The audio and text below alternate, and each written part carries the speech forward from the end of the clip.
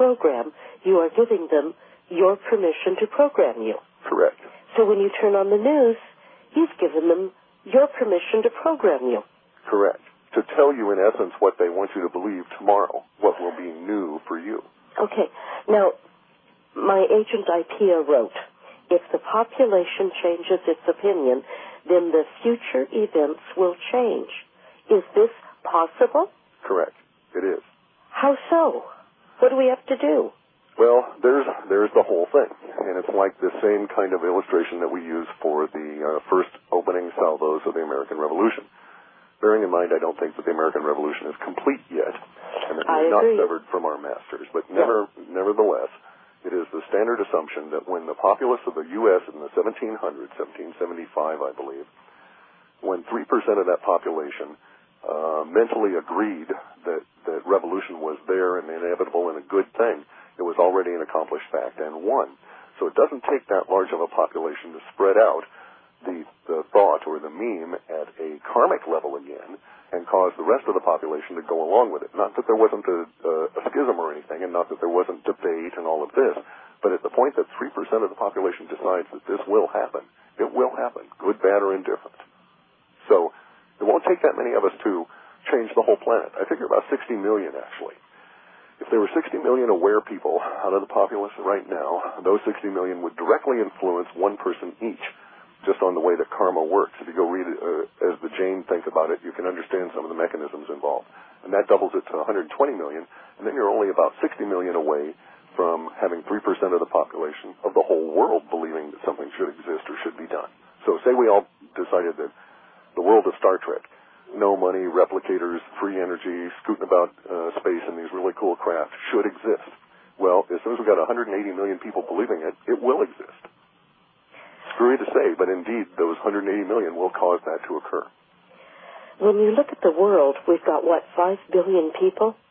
180 million isn't that many.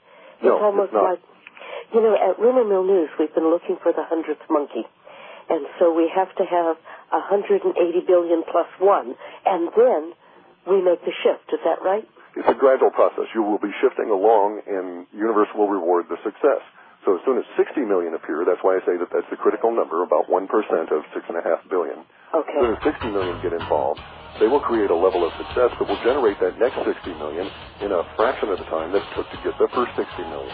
And then that 120 million together will just almost instantly pop off that next 60 million, and there you go. And there we go. And here we go to a break. We're talking with Clif High. You're listening to Rumor Mill News Radio on the Micro Effect Radio Network, and we will be right back.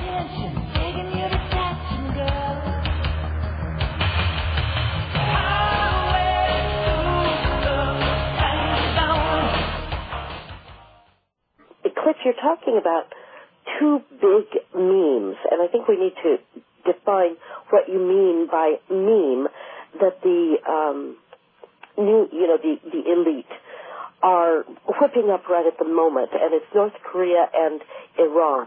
And so what is a meme? Well, that's a good place to start. A meme actually comes from a French word, and it means thought. But in the new meaning of this, the word is more of a thought virus. And that is to say something that spreads from human to human and takes root and hangs about, as opposed to a passing thought, a passing fancy kind of thing. A meme is a larger context in which your future thoughts will be framed by having that meme resident in you. Just like your future health will be framed by having a virus or not having that virus in your body. It's very similar to that. Now, the themes that are emerging are actually much larger. I classify both North Korea and Iran in one meme, which is the war meme, and then there's another very much larger meme being run by the powers that be, which we can loosely call the green meme.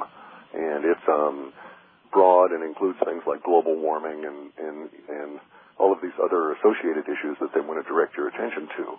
But the two are marching right along, so to speak. Well, not only do we have global warming, we've got this Antarctic thing, and we've got the rising water, and you were covering the rising water. And so which one do you think is the worst that's going to hit us, or are they all just as bad? Well, I think it's going to be, I hate to say it, but an interrelated perfect storm kind of an issue. I am more at a personal level because I'm so far away from the political power system, and I've abandoned the idea of involving myself with politics or even paying attention to it.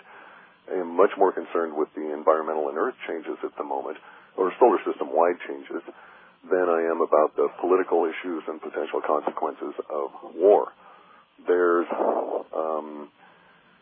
a certain amount of satisfaction to being able to say, well, politicians are actually a waste of my time that is very difficult to explain, but they will have so little impact on my life that even spending 5 minutes paying attention to them diverts me from 5 minutes worth of thought towards some of these other much more critical issues.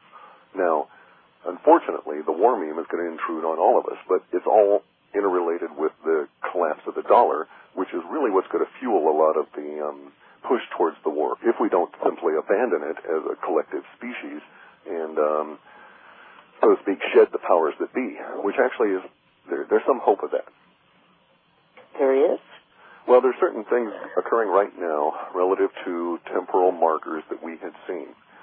And the fact that these temporal markers are showing up gives me a greater confidence level in some of the other predictions that were either associated or seemed to follow on the heels of some of these temporal markers.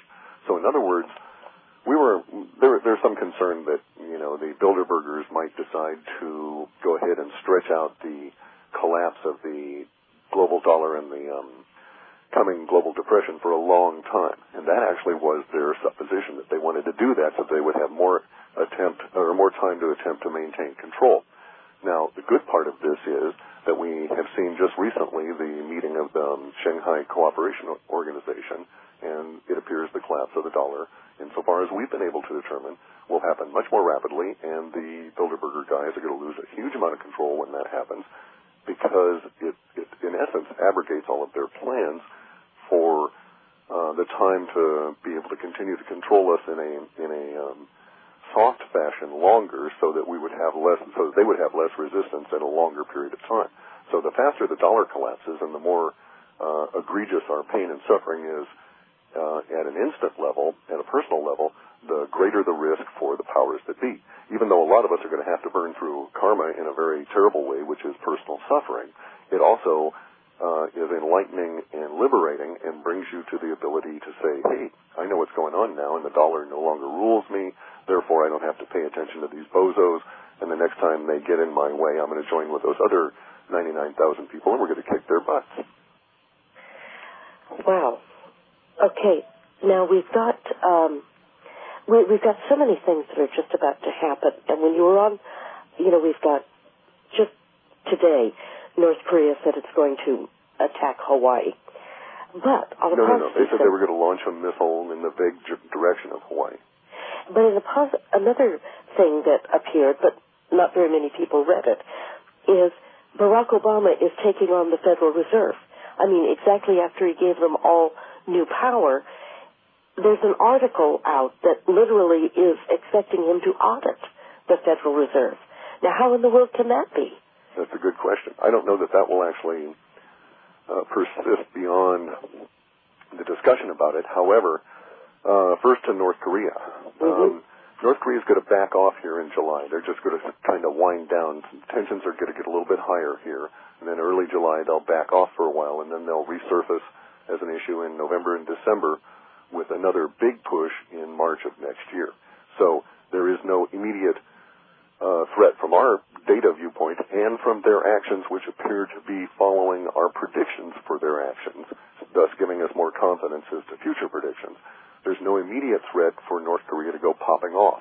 I would look for them to be a real irritant and a potential for nastiness from November through March of next year, but not this summer.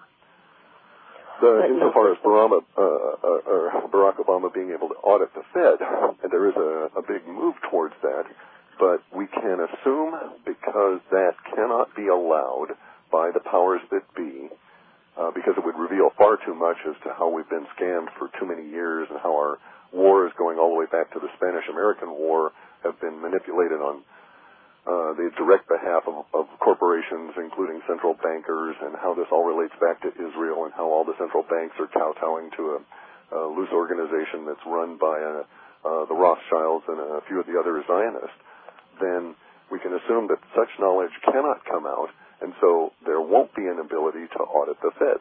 Now, it could be that they decide to assassinate Obama. Kennedy faced that risk. Or it could be that for some other reason that they cause some other occurrence that diverts us all from that particular path or throws up an obstacle that makes it a meaningless thing. So in other words, if the dollar disappears by October, what's the point of auditing the Fed? Well, if the dollar disappears, what will we have to replace it? Nothing? Whatever we decide to invent. I mean, I'm not going to wait for the federal government to come in and decide what they're going to try and push on me. The minute that the dollar disappears, the whole hegemony is at risk. The circumstances of the Shanghai Cooperation Organization meeting on the 14th of this month, in essence, confirmed that the dollar will die over the course of this summer, and that sometime in fall, the federal government of the United States, probably Britain as well, probably Australia, maybe Germany, and maybe France, these governments will default on all obligations, foreign and domestic. In my understanding, that will mean that the federal government won't be able to pay the postal employees or any other civil servants. They won't be able to pay Medicare, Social Security, any of that.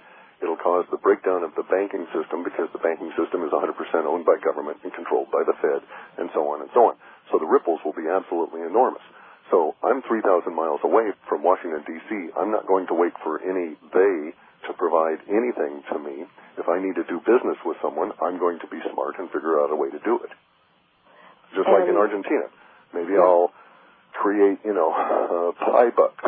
$1 equals 1 pie. And we'll have some medium in exchange, and maybe we'll go to the pie currency here. Who knows?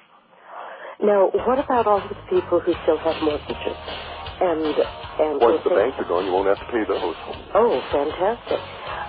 You're listening to Rumor Mill News Radio on the Micro SF Broadcast Network. We're talking with Clif from Half Past Human, and we will be right back. Clif, I don't know, do we need to explain what this process is that you use, just in case some of our listeners don't know how it is that you come up? I would actually invite them to go to George Ure's urbansurvival.com site and read the literature that we've maintained there for the last 10 years, rather than take up your valuable airtime explaining a past history. Let's just assume that the listeners know about how the process works, and if they really want a further in-depth kind of a view of it and some past examples and so on, they can get it off of George Ure's urbansurvival.com and sort of backfill, and we can just go on. Excellent.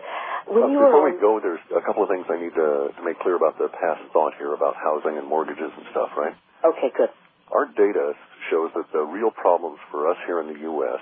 relative to the dollar, and I'm talking about severe hardship, are going to take a year to go through, and that year will begin around November 4th or 5th of this year, 2009, and it will end somewhere around November 2nd or so of 2010. And it won't really end. It'll just trail off to where it'll be less of an issue. But it'll probably begin with some seriousness here and some shocks to our economic system around the early part of November of this year. So it might be a whole year before your particular bank goes belly up. But the odds are actually in favor of most banks going belly up, because the previous depression in my local area, for instance, started with 19 banks, and when the depression was over officially, there was one left. So we can expect that level of attrition, and we can expect huge social chaos to result from people not being able to make mortgage payments. And I'm saying not being able to because it implies we won't be able to transfer property back and forth. The whole issue of deeds will become unsettled, and we'll be getting into a period of destructive deflation.